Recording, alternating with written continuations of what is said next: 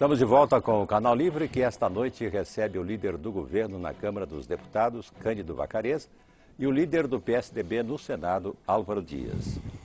Bom, deputado, senador, o que se pergunta hoje nos lares e nos bares do país é por que esses escândalos com direito à faxina estouraram agora no governo Dilma e não antes? Não, na verdade, em 2005 nós tivemos o grande escândalo do Mensalão. E os escândalos foram se sucedendo. Eu até cunhei uma frase, porque todas as semanas, não só agora no governo Dilma, no governo Lula, nós tínhamos escândalo para escolher. Eu dizia que o escândalo de hoje faz esquecer o de ontem e espera o de amanhã para ser esquecido. Uma seleção de escândalos nesses anos todos. Agora, ainda o embaixador norte-americano diz que o governo Lula foi um governo contaminado pela corrupção, o ex-embaixador dos Estados Unidos. Enfim, é notório que nós tivemos escândalos sempre. Hoje, o que eu considero fundamental, há um modelo que favorece o empreiteiro esperto. É o sonho de qualquer empreiteiro esperto, esse modelo adotado pelo atual governo. Realizam obras sem projeto executivo, concedem aditivos interminavelmente. A orientação não se sabe de onde vem. Obras que custariam 160 milhões passam a custar mais de 300 milhões. O próprio Tribunal de Contas da União revela desvios incríveis. Em apenas 2 anos, revelou mais de 700 milhões de reais de desvios. Há uma indignação que começa a crescer no país. E nós queremos contribuir para que a presidente Dilma possa realmente mudar o rumo do seu governo. O Congresso Nacional paga sempre pelo que deve e muitas vezes pelo que não deve. Vai pagar pelo que deve se não instalar uma CPI, porque essa é a sua responsabilidade e não é só a oposição. Os governistas têm esta responsabilidade de promover a investigação no âmbito do parlamento, sob pena de sermos atropelados pela opinião pública do país. E é isso que já está acontecendo. Eu vi e tive no almoço com Obama, aqui com a presidente Dilma, e a opinião dos Estados Unidos, se algum embaixador falou alguma coisa dessa para você, não é a opinião dos Estados Unidos. Ao contrário, o Brasil ganhou importância política e ganhou importância econômica com o Lula e com a Dilma. Nunca o nosso país teve tanta respeitabilidade. Em relação ao tema, Joemir, que você perguntou, da corrupção, levante. Quantos casos a Polícia Federal atuou com o Lula e com a Dilma? E quantos atuou no governo anterior? Porque agora não é por isso não. Não é por isso não. É só por isso. É porque agora nós temos um compromisso com a ética e na política e temos compromisso com o desenvolvimento econômico e social do país. É importante para o país que não tenha nenhuma leniência no combate à corrupção. E onde tiver, nós vamos combater. Mesmo porque as pressões das ruas tendem a crescer, já começaram, estão maiores do que se imaginava. Nós nascemos da pressão da rua. E a Polícia Federal a voz tem que trabalhar não mais vai dar quando tem mais corrupção. Mas nós nascemos, Mitre, nós nascemos daí.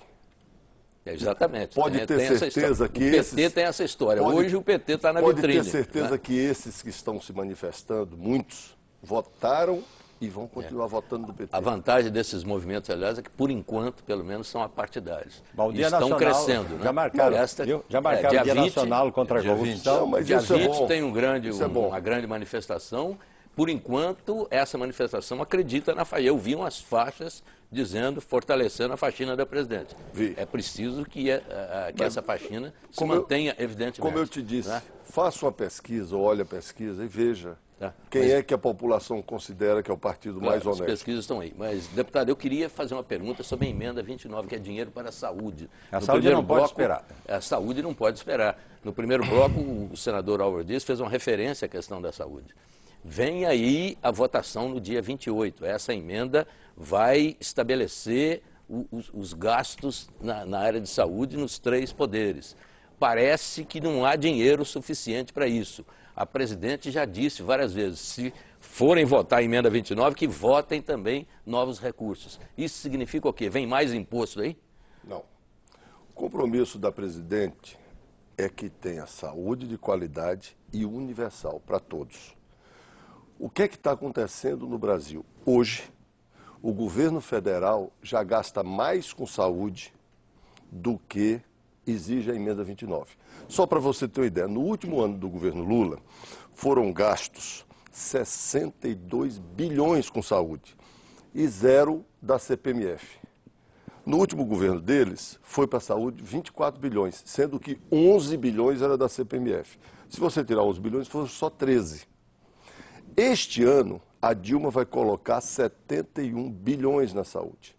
As prefeituras também aumentaram, os estados também vieram aumentando. O que é que está acontecendo hoje? Os estados não estão maquiando, a maioria dos estados, estão maquiando o gasto com a saúde. Então, ao votarmos a emenda 29, vai obrigar que os estados coloquem mais dinheiro na saúde. Maquiando é que coloca gastos que não são próprios da saúde, como gasto de saúde. Etc. Mas o que é que a Dilma está dizendo?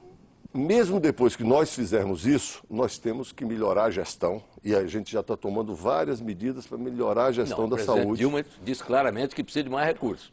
Escute, melhorar a gestão, tem problemas de gestão que nós estamos melhorando, e mesmo depois de resolver os problemas de gestão, nós vamos precisar de mais recursos para a saúde. Aí a sociedade vai discutir como fazer. Vamos um passo de cada vez para não tropeçar. Você está defendendo um imposto não, do CSS? Não. Nós vamos encaminhar seu imposto aqui.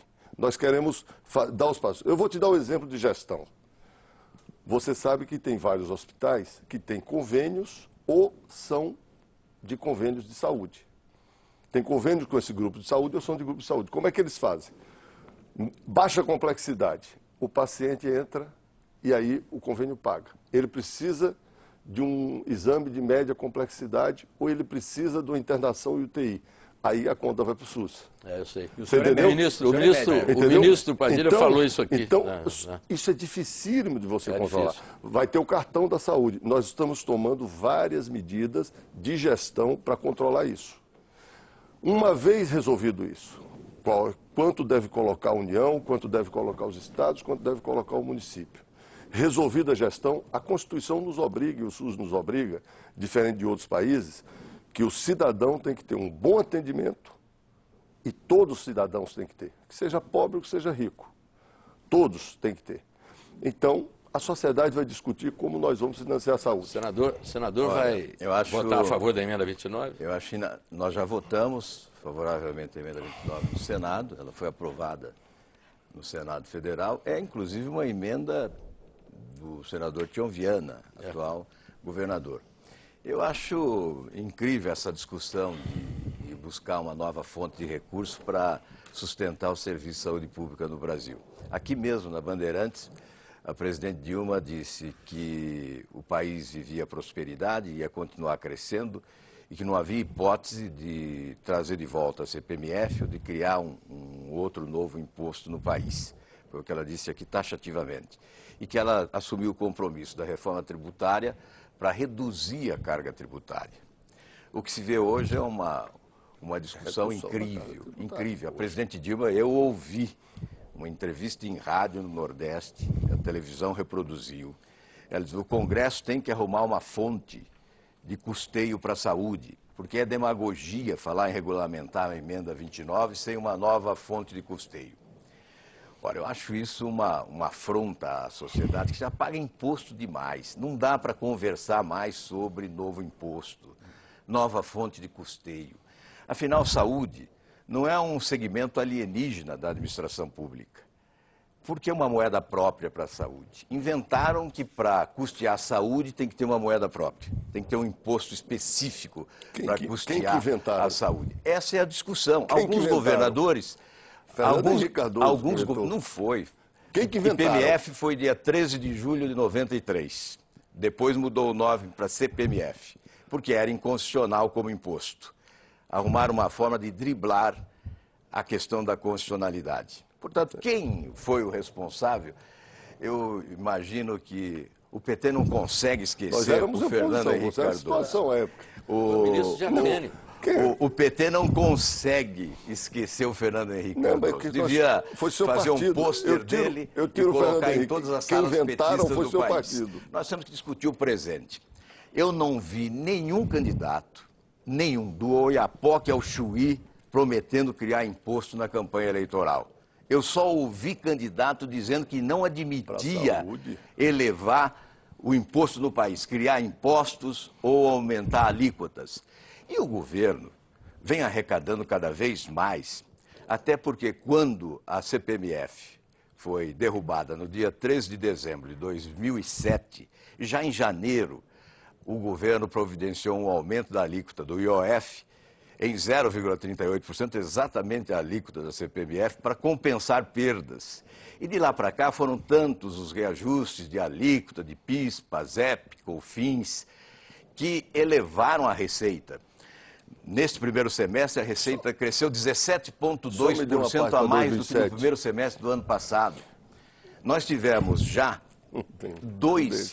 nós já alcançamos R$1 trilhão de arrecadação. Em 2007, quando 35 dias antes. Em 2007, 35 dias antes do que ocorreu no ano passado. Em 2007, quando o Senado acabou a CPMF, ia para a saúde... Deixa eu concluir. Depois o deputado fala. Eu quero concluir. É que você só fala. Fazer o seguinte, eu quero concluir no outro bloco. Porque nós temos que fazer agora mais uma parada, a gente volta dentro de instantes.